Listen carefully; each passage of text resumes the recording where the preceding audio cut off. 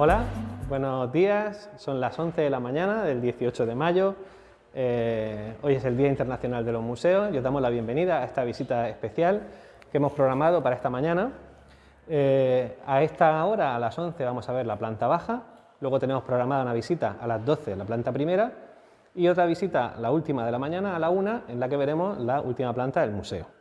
¿Vale? Si habéis estado viendo nuestra programación para este día tan especial, todavía no es festivo nacional ni local, lamentablemente, todo se andará, pero a pesar de que la hora no es muy buena porque es día laborable, etcétera, tenemos abierto nuestro chat por si queréis hacer alguna pregunta durante la visita, habrá una compañera pendiente de responder y luego estas tres visitas que vamos a hacer esta mañana se quedarán en nuestro canal de YouTube, con lo cual podréis verla cuando queráis y tenemos todos los canales abiertos para que nos hagáis las preguntas que necesitéis. Aquí viene Carmen, pasa.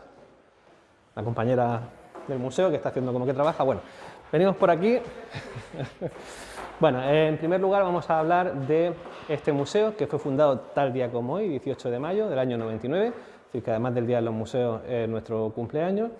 Este museo se inaugura como Museo de Historia, Patrimonio e Historia Local de Murcia y se ubica en la antigua casa de la familia López Ferrer, que es donde nos encontramos. En concreto, ahora mismo estamos en la entrada de carruaje de esa vivienda del siglo XIX, que fue reformada en los años 90 para ubicar aquí el Museo de la Ciudad. Si miramos abajo, podemos ver que este piso se conserva del siglo XIX, es lo que llamamos entrada de carruaje. También se conserva la barandilla de la escalera por la que luego se sube a la primera planta, que la tenemos ahí, por donde sube la compañera. Y la fachada de Almagra también se conserva con los balcones, todo eso se conserva de la reforma de esta casa para ubicar el Museo de la Ciudad. Pero justo en este mismo solar, antes de esa vivienda de los López Ferrer, estuvo la vivienda de Gil Rodríguez de Junterón, un personaje murciano que seguramente el nombre os suene, Junterón. De esa antigua casa, de esa antigua torre de Junterón, que fue reformada, se conservó un grabado del siglo XIX, en el cual podemos ver ese aspecto que tiene la casa y que hoy en día sirve como logo del museo, que lo tenemos por aquí. Es como un castillito, tenía 5 torres, una en cada esquina, aquí vemos las 2 de la fachada, y una más alta en el centro, y la palmerita. Esto es, digamos, el logotipo actual del Museo de la Ciudad, de esa antigua vivienda de Gil Rodríguez de Junterón, donde luego se hizo la casa de López Ferrer. En la reforma de este edificio también se abrió al público, como jardín, el llamado Huerto Cadena o Huerto López Ferrer, que hoy en día es un espacio verde de la ciudad, de inspiración en un jardín hispano-musulmán, con el curso del agua de la acequia Caravija, que sigue discurriendo por debajo, se ha hecho una recreación por encima, con andenes elevados, un espacio muy bonito que si no conocéis os invitamos a visitar. Bueno, pues venimos por aquí y ya empezamos lo que sería la visita a la planta baja del museo. Nuestro museo está organizado en 3 plantas siguiendo un orden cronológico, ¿de acuerdo? Las piezas que tenemos se disponen en torno a esas 3 salas, de izquierda a derecha, de lo más antiguo a lo más reciente. Como os decía, en esta planta baja lo que tenemos sería el origen de la ciudad hasta el siglo XIII. En la primera planta, que veréis más tarde en la visita de las 12, tenemos del siglo XIII al XIX. Y en la última planta, siglo XX. Si venimos por aquí, en cada planta tenemos una maqueta central que sirve para ilustrar un momento clave, fundamental en el desarrollo urbano de la ciudad de Murcia. En este caso, además, en la planta baja tenemos 2 maquetas, porque en esta primera es donde ubicamos geográficamente el municipio. Si venimos por aquí, nos acercamos un poquito a la maqueta, podemos ver que esta maqueta representa el valle medio de un río, del río Segura, un río que los fenicios llamaron Alevo, que los romanos llamaron Táder. Cuando decimos Táder, enseguida, sobre todo los más pequeñines, dicen, como el centro comercial, y tenemos que decirle, no, el centro comercial se llama como se llamaba el río para los romanos. Sabemos que en época romana hubo pequeñas villas, pudo haber pequeñas villas, pequeños asentamientos de explotación agrícola a muy pequeña escala. Tenemos que avanzar hasta el siglo IX para encontrar ya el nacimiento de la ciudad, de Murcia, en este valle en el que el río Alevo, Táder o luego Segura baja del norte de la región y gira hacia levante y ya va serpenteando casi sin desnivel hasta desembocar en el mar. En este valle, que está limitado al sur por Carrascoy y el Valle, y por el norte por una serie de cabezos o montañas. En ese punto, como digo, serpenteante, es donde se funda la ciudad de Murcia, que vemos ahí en esa maqueta, en blanco. ¿De acuerdo?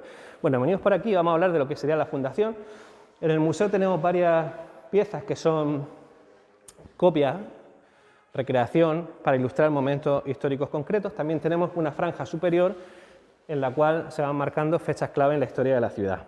Bueno, pues esta, por ejemplo, es una pieza que es copia del original que está en el Museo Arqueológico, que es una columna del Martirium de la Alberca. ¿De acuerdo? Si seguimos avanzando por aquí, esto haría referencia a los primeros pobladores del valle. ¿De acuerdo? Para hablar de la ciudad tenemos que citar a este señor que hay aquí, que es Abderramán II, emir de Córdoba, que en el año 825 decide fundar la ciudad de Murcia, de Mirsilla. Esa ciudad se funda como campamento militar dependiente de Córdoba, que es donde estaba el poder político en esa época. Córdoba estaba muy alejada del valle medio del río Segura, los musulmanes se habían asentado desde el 713 en toda esta zona, y Abderramán II quiere tener un destacamento militar para controlar, para hacerse con el control político de la zona. Y además, esa nueva ciudad que surge como capital dependiente de Córdoba, poco a poco se va configurando también como un centro económico. Van llegando nuevos pobladores, va creciendo en importancia y conquista ya definitivamente su papel de capital una vez que el califato de Córdoba se rompe, eso pasará tiempo después, en el año 1031. Esta pieza que tenemos aquí, de Abderramán II, que os decía, es una obra de José Carrilero, un escultor de Caravaca. Este sería el boceto de la que luego se colocó en honor y en memoria del fundador de Murcia en la Plaza de la Cruz Roja. La original tiene 3 metros, con un pedestal, y ahí vemos a Abderramán II con la columna y con la espada, como fundador de la ciudad de Mirsilla. Respecto al nombre de la ciudad hay muchísimas teorías. Es posible que sea de origen latino, Murcia, que a través de los musulmanes vuelve o pasa al castellano como Murcia. Lo que sí que sabemos seguro es que no hubo ningún asentamiento de entidad importante antes de la fundación musulmana de la ciudad en el año 825. ¿De acuerdo? Bueno, seguimos avanzando por aquí, ya empezamos a ver piezas cerámicas que han sido encontradas en yacimientos arqueológicos excavados en la ciudad de Murcia. Tenemos una colección de piezas arqueológicas bastante interesante, por ejemplo, esta tinaja de cerámica estampillada, llamamos a esta técnica, en la cual un patrón impreso sobre la arcilla fresca se va repitiendo con esos motivos geométricos y vegetales, ¿de acuerdo? Y también con versículos en árabe. Y aquí tenemos este cuadro de Manolo Pardo, que representa la estancia central de un espacio muy importante en la ciudad musulmana, que es el de los baños.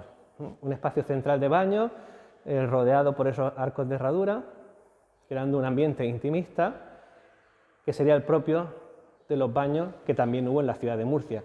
Los más famosos y los que más tarde cayeron fueron los baños árabes de la calle Madre de Dios, de la cual tenemos esa pequeña fotografía que hay al lado del cuadro de Manolo Pardo. ¿De acuerdo? Bueno, seguimos avanzando por aquí y ahora nos centramos de nuevo en la maqueta central. En esta maqueta se representa la ciudad de Mirsilla, de Murcia, en torno al siglo XII. Vemos cómo la ciudad contaba con un sistema defensivo bastante importante, con doble muralla, una muralla principal más fuerte, más alta, de entre 4 a 6 metros de grosor, de tapial de argamasa, y una antemuralla más bajita, que creaba un camino de ronda o barbacana intermedio. Ese sistema defensivo, en el caso de la ciudad de Murcia, se completa con la propia defensa que supone el río. Vemos que la ciudad está encajada entre meandros. Si nos fijamos en el entramado urbano de esta ciudad, es muy interesante para los medievalistas, porque supone el clásico ejemplo de urbanismo musulmán. Es un urbanismo aparentemente caótico, pero que tiene su jerarquía interna y su orden, de callecitas estrechas, que son más frescas, llenas de curvas, como un laberinto, ¿de acuerdo? Y ese tipo de callejero genera unas manzanas bastante amplias, con muchas viviendas apiñadas. Lo que tenemos sería una recreación del parcelario de una ciudad musulmana como Murcia en el siglo XII-XIII. Esas manzanas se forman por agregación de viviendas, de clanes familiares. La ciudad va creciendo en importancia, llegan nuevos pobladores y van adosando sus viviendas una a otra porque la casa musulmana, eso también tenéis que saberlo, es una casa que se orienta hacia el interior, hacia un patio central, es decir, al exterior hay muy pocas ventanas, mucha superficie de muro, y eso permite que se adosen viviendas una a otra, y se generan esas manzanas que son prácticamente manzanas familiares, con pequeñas callecitas de la anchura de un pasillo de nuestras casas actuales, que dan acceso a esas diferentes viviendas hacia el exterior, ningún signo ni de distinción, ni de opulencia, ni nada, ¿de acuerdo? Volviendo sobre el callejero, la vía principal de Murcia, os decía que tenía su jerarquía interna, la arteria principal se calca con un camino previo a la existencia de la ciudad, un camino secundario que discurría de este a oeste y que tenía un pequeño paso en el río. Esa calle uniría la Puerta de Orihuela con la de Castilla en este otro lado, ¿de acuerdo? Y en esa vía de este a oeste, que casi hace como una media luna junto al río, encontramos los dos edificios más importantes. Hemos hablado de los baños, pero el edificio más importante de la ciudad sería la Mezquita Mayor o Mezquita Aljama, la del Rezo del Viernes, y luego ese trocito de madera verde representaría una parcela bastante grande donde se ubicaba el Alcázar mayor de la ciudad. Los otros trocitos de madera rojos que tenemos en la maqueta representan mezquitas menores o mezquitas de barrio, ¿de acuerdo? Luego veréis en la primera planta cómo esos edificios son sustituidos en época cristiana, en el caso de las mezquitas menores por parroquia y en el caso de la mezquita mayor por la catedral, ¿de acuerdo? Pero eso ya avanzaríamos a la Edad Media. Bueno, avanzamos por aquí y vamos a hablar de un elemento muy importante que no he comentado hasta ahora, y es que cuando nace la ciudad de Murcia, como ciudad dependiente de Córdoba, como un destacamento militar, se pone también en marcha algo que ha sido fundamental para crear no solamente un espacio, una modificación de un espacio natural, sino también la identidad y el motor económico de toda esta zona, que es la huerta, el sistema de regadío de la huerta. Los musulmanes lo que hacen es frenar el agua del río en un punto determinado, a la entrada del río en el valle, frenarla y distribuirla a través de dos acequias mayores. Si venimos por aquí, podemos ver este facsímil del punto en el cual los musulmanes frenan el agua del río y la distribuyen por esas dos acequias mayores. Estamos hablando de la contraparada entre Jabalí Nuevo y Jabalí Viejo. En ese punto, como digo, los musulmanes se dan cuenta del clima benigno que hay en esta zona, de la riqueza, fertilidad del suelo, gracias a los aportes del río Segura, y deciden explotar, digamos a gran escala, toda esta zona, que se va ampliando. El sistema de la huerta de Murcia, como digo, surge de esas dos acequias mayores, Alquibla y Aljufía, y de esas acequias mayores van surgiendo acequias menores que siguen abriéndose, que siguen ampliando el regadío durante siglos, ¿de acuerdo? Uno de los ingenios que usan los musulmanes, que no es de invención musulmana, es la noria. La noria la implantan, por así decirlo, los musulmanes en esta tierra y de hecho le dan el nombre que tenemos en castellano, que es noria, que viene del árabe naura. Vendría a querer decir algo así como la que llora, la persona que llora, por el aspecto que tiene una noria cuando está en pleno uso, girando y vertiendo el agua. Tenemos aquí detrás un cuadro original de este monasterio, una pintora, en el cual se ve esa noria vertiendo el agua en un canal elevado. La noria es un ingenio que no tiene enchufe ni batería, esto siempre se lo digo a los niños y niñas porque estamos acostumbrados a la electricidad, y les digo, esto la batería no se agota, porque aprovecha la misma fuerza del agua que mueve las palas y va introduciéndose en unos agujeritos para luego verter el agua en un canal superior. Les digo, hombre, una solución sería ir con calderos sacando el agua para regar un huerto en alto, pero con esto no hay que trabajar demasiado, la misma noria te sube el agua, que ya hay otras tareas que hacer, ¿de acuerdo? Si venimos por aquí, veremos, os decía antes, varias piezas cerámicas muy interesantes que tenemos algunas. En algunos casos se trata de una cerámica de uso doméstico, cotidiano, por ejemplo una marmita, todavía con los restos del fuego. Tenemos también una cuscusera ahí en medio. El estudio de la cerámica es muy interesante en los yacimientos arqueológicos porque nos habla también de las costumbres y de la gastronomía, de qué se comía, de cuándo se comía, candiles de piquera. Tenemos luego unas vajillas, digamos, de uso más suntuario, mejor decoradas o decoradas. Y además aquí tenemos una pequeña pieza que pregunto a veces a la gente, ¿qué pensáis que es? ¿Un jarrón? un botijo. Les digo, bueno, fijaros que la base de esa pieza es cónica, es apuntada, eso no se puede tener en una mesa, se cae. Eso es un cangilón de cerámica que formaba parte de la noria. Esto sería un cangilón de una noria pequeñita, por el tamaño que tiene, y no está hecha esta pieza para estar en la mesa, en una mesa o apoyada, está hecha para estar atada en el perímetro de la noria. Es decir, los cangilones primitivos, vemos la hendidura central por la cual se ataba con una soga, las norias estaban llenas de estas jarritas, y esas jarritas van cogiendo el agua y vertiéndola, ¿de acuerdo? Sería muy chulo poder ver una noria con los cangilones de esta manera. Bueno, seguimos avanzando en la etapa, decimos, andalusí de Murcia, o medieval. Desde su fundación en el año 825 hasta la toma de la ciudad, ya en el siglo XIII, la Murcia musulmana, o la Murcia andalusí, pasa por algunos momentos de esplendor, combinados con otros momentos de decadencia. Quizá el mayor momento de esplendor de la Murcia andalusí tenemos que situarlo en el reinado de Ismardanís, del rey Lobo. El rey Lobo gobierna en Murcia entre 1147 y 1172, la parte central del siglo XII, con Ismardanís, que es un personaje bastante interesante de nuestra historia, que no era murciano. Como digo, se abre un momento de especial interés. ¿Por qué? Porque este hombre era un gran gobernador, un gran gobernante, un gran negociador, sabe mantener un periodo de paz bastante amplio, a base del pago de impuestos, a base del pago incluso de mercenarios, por así decir, consigue crear en Murcia el caldo de cultivo de un periodo histórico muy interesante desde el punto de vista artístico y cultural. Bajo el reinado de Ismardanís nace Ibn Arabi, poeta místico sufí murciano, y digamos que se florece el comercio en este periodo de paz, del comercio, de la artesanía, del arte. Por ejemplo, tenemos varias piezas.